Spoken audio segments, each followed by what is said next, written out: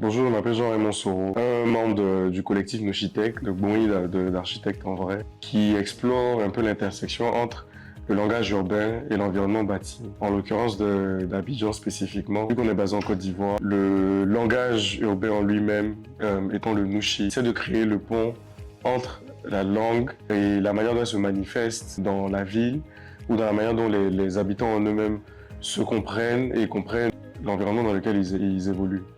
Dans le contexte de la Journée internationale de l'architecture, ici à Abidjan, notre réflexion s'est un peu orientée sur les réalités de l'environnement local, c'est-à-dire tout ce qui touche à l'informel surtout, et l'informel plus dans le sens économique du terme.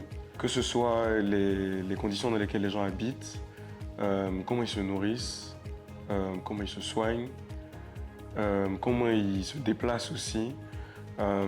Et c'est pour ça que la logique en elle-même de notre développement part sur l'habitat, les services et les transports en commun ou particulier. Et les étudiants en eux-mêmes ont eu la tâche de prendre des notes par rapport aux méthodes que nous on a pu développer.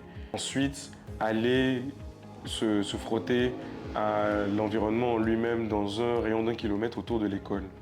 Et remarquer toutes sortes de manifestations un peu de ce qui pourrait faire l'identité architecturale, pourrait faire la spécificité de l'architecture ou de l'environnement architectural local. Et c'est sur cette base-là que beaucoup d'étudiants, comme on a pu le remarquer, ont déjà commencé à regarder les artisans qui sont dans la rue, les vendeuses de pain brochettes, communément appelées pain chiens, les garbadromes, les artisans. Et sur la base de ça, ils sont censés faire des collages, et des plans et des propositions assez poussées, assez réfléchies sur une time-lapse de 3 jours, ce qui est assez court, mais c'était un peu voulu pour provoquer un peu plus de dextérité en fait, dans la manière dont ils approchent l'environnement qui est le leur. Éventuellement, le résultat de ces observations-là serait de produire des propositions aussi poussées et aussi réfléchies que ça puisse l'être, sous forme de plans, de maquettes et de collages, pour challenger un peu la manière dont les présentations générales se font dans le contexte architectural et l'adapter surtout aux réalités locales. Et pour moi, c'est tout ça qui fait un peu la résilience en elle-même, et dans l'approche, et dans la manière dont la ville en elle-même est pleine de manifestations comme ça. Parce que pour moi, la ville, c'est comme un corps humain qui, quand il est blessé, a tendance à envoyer ses globules blancs à travers son sang, à travers les chaînes qu'il connaît, pour pouvoir prendre soin de ces blessures-là qui ont pu se créer progressivement. Et toutes ces manifestations-là, dans le contexte de la ville, se retrouvent à être présentes de manière informelle dans un premier temps, et si possible, se retrouvent à être intégrées de manière formelle ou réfléchie dans la manière dont la ville en elle-même est censée fonctionner sur le long terme. Donc c'était un peu ça la base de nos réflexions et de ce qu'on a pu présenter ici et ce qu'on espère voir avec les élèves. Bonjour à tous, je suis Conan Ayala, chef du groupe 5 qui travaille sur le thème des beaux flottos. Donc nous avons choisi ce thème parce que les beaux flottos font partie du quotidien des Ivoiriens. C'est un plat qui n'est pas du tout cher, qui est facile d'accès, qui est accessible aussi à tout le monde, peu importe les étudiants, les personnes âgées, etc.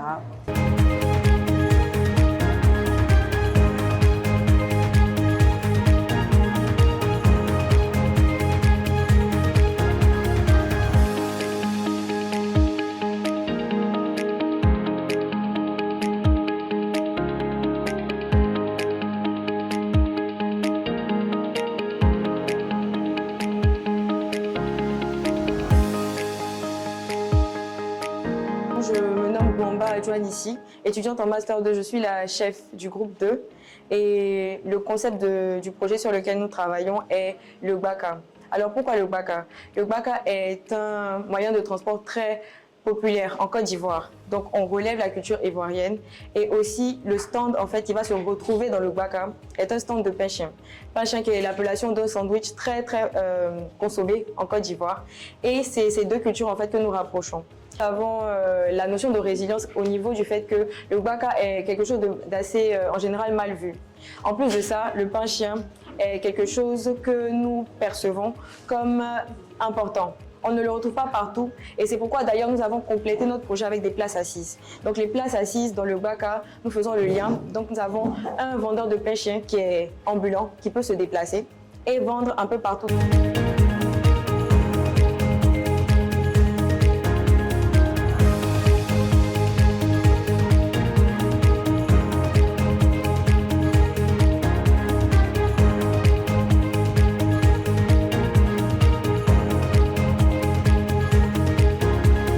Bonjour, moi c'est Atier Sami, en Master 1. Donc ici, je suis en présence du groupe 3 et on a décidé de bosser sur un stand à café, comme ceux qu'on a l'habitude de voir donc, dans les rues d'Abidjan. Alors comment l'idée est venue? Donc on a commencé le premier jour par faire une visite du quartier de Cocody Centre. Et à l'issue de cette visite, on a listé en fait tous les types de commerces informels qu'on trouvait. Et on a vu qu'on trouvait pas mal de stands à café et que c'était en fait un élément omniprésent dans le paysage urbain d'Abidjan. Et donc on a décidé d'opter pour cette option, d'autant plus que le café c'est un élément culturel de la Côte d'Ivoire. Alors quel lien avec résilience, qui était le thème en fait de la journée mondiale de l'architecture. Alors notre stand, on peut dire qu'il est résilient. Pourquoi? Parce que lors de la conception, nous avons cherché en fait à garder cet esprit qu'on retrouve actuellement dans les stands existants, donc dans le paysage urbain d'Abidjan, notamment en conservant cet effet de pouvoir déplacer le stand, de pouvoir se promener avec. Donc on a gardé ce côté modulaire, mobile en fait, des stands à café existants. Et surtout pour moi le côté résilient, et ce qui nous a touché le plus, c'est le fait d'avoir la fève en fait comme concept et comme en fait forme de notre stand.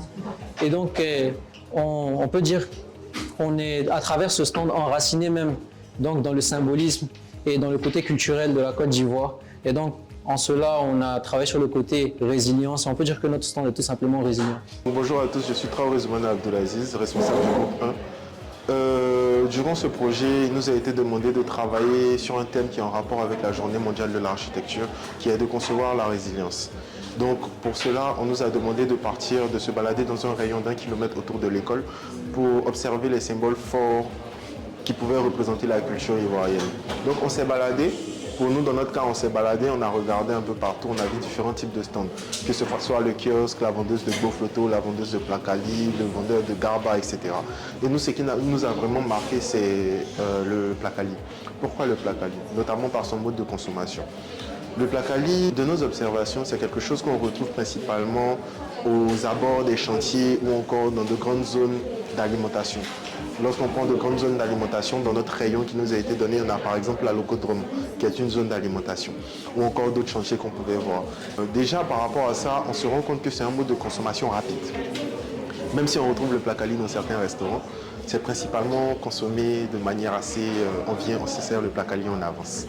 Donc vis-à-vis de ça, nous on a essayé de voir déjà comment cela se présentait dans l'environnement. Dans nos observations, on voit que le stand, c'est un stand classique avec des sièges qui sont placés là et des personnes qui viennent s'asseoir directement pour manger, qu'ils soient exposés au soleil, qu'il y ait un parasol, etc., etc. Ils viennent directement. On a essayé d'avoir des discussions avec ces dames-là. Elles nous ont dit clairement que, par exemple, elles pouvaient avoir un stock de Placali qui était sur place, mais ce stock-là n'était pas suffisant pour toute la journée. Donc, elles n'ont pas la possibilité de pouvoir le refaire sur place. Donc, c'était un des problèmes aussi qui était abordé. Donc, nous, comment on a vu le projet?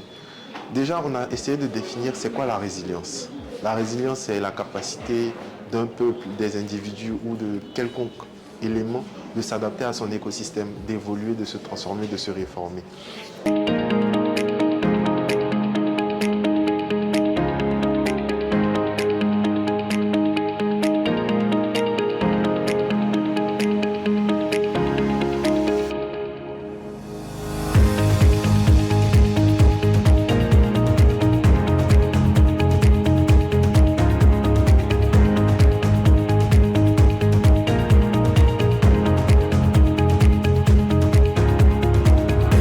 La résilience, il faut que l'élément soit fort, il faut que l'élément soit parlant, pour qu'on dise « Ah, on peut utiliser ça pour l'avenir, pour demain ». Donc, nous sommes allés énormément sur la mise en valeur, ce qui permet de mettre en valeur un site. c'est ce qui permet au site d'être attrayant et d'avoir du tonus dans l'esthétique, je veux dire. Voilà. Nous sommes vraiment dans des couleurs chatoyantes. C'est de la banane. Pourquoi pas un peu de jaune? Pourquoi pas un peu de marron? Pourquoi pas un peu de nuance de ces couleurs-là? Et lorsque on rentre dans notre élément en lui-même, nous avons décidé de prendre l'énergie solaire. Et quand tu regardes au plafond, il y a la structure même de la toiture que tu vois qui est faite en bois. Et il y a quand même une petite essence de magie. Okay. Bonjour tout le monde, je suis Chimou Jean de Dieu Paul David Ronald. Je suis un élève en Master 2 et c'est moi qui suis le chef de groupe 7. L'idée dans laquelle nous avons décidé de partir, c'est de faire un stand artisanal. D'abord, pourquoi on a décidé de choisir un stand artisanal? Lors de nos recherches dans les rayons de 1 km dans la zone qu'on nous a demandé, on a remarqué qu'il y avait beaucoup de personnes qui avaient l'habitude de tisser, de produire des produits faits main, non artisanaux, tels que les, comment ça s'appelle, ceux qui font les paniers avec du bois, les personnes qui font des masques, des bijoux et aussi ceux qui font aussi les pots de fleurs. Donc on a remarqué ces genres de personnes. On a essayé de repérer ça sur les différentes cartes et les analyses que nous avons faites. Et on a vu que ceux qui travaillent avec le panier, ils sont au nombre de 3. Ceux qui s'occupent des fleurs, ils sont une trentaine. Mais ils disposent ça sur tout le long de la vie en allant sur Palm Club. On a remarqué aussi les gens qui font les marques, bon, généralement ils sont seuls dans leur coin. Mais on a voulu mettre en avant ce côté africain, là, ce côté ivoirien dans tout cet aspect artisanal. En ce qui concerne la résilience, quel est le rapport entre le stand et notre résilience? On voit que ce stand-là, c'est quelque chose qui est fait main. C'est des choses qui, normalement, si on devait faire un stand de base, un local qui devait acheter, ils allaient décider de mettre de l'argent pour pouvoir prendre un local fermé dans lequel on n'exprime rien du tout, où ils vont devoir cacher leurs objets.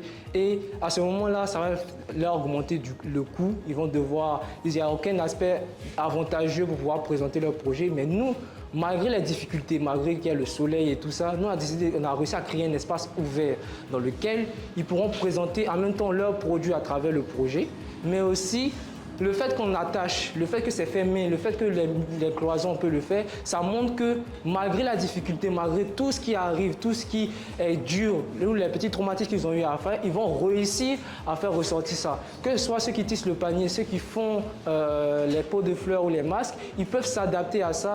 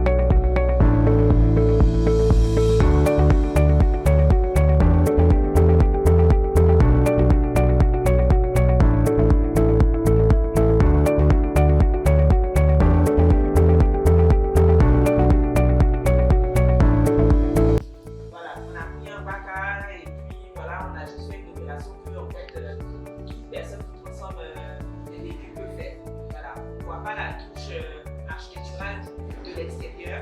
Après, les rangements, les fonctions, effectivement, bon, ça c'est une utilisation d'espace, c'est bien, mais voilà. Par contre, j'ai bien aimé la justification.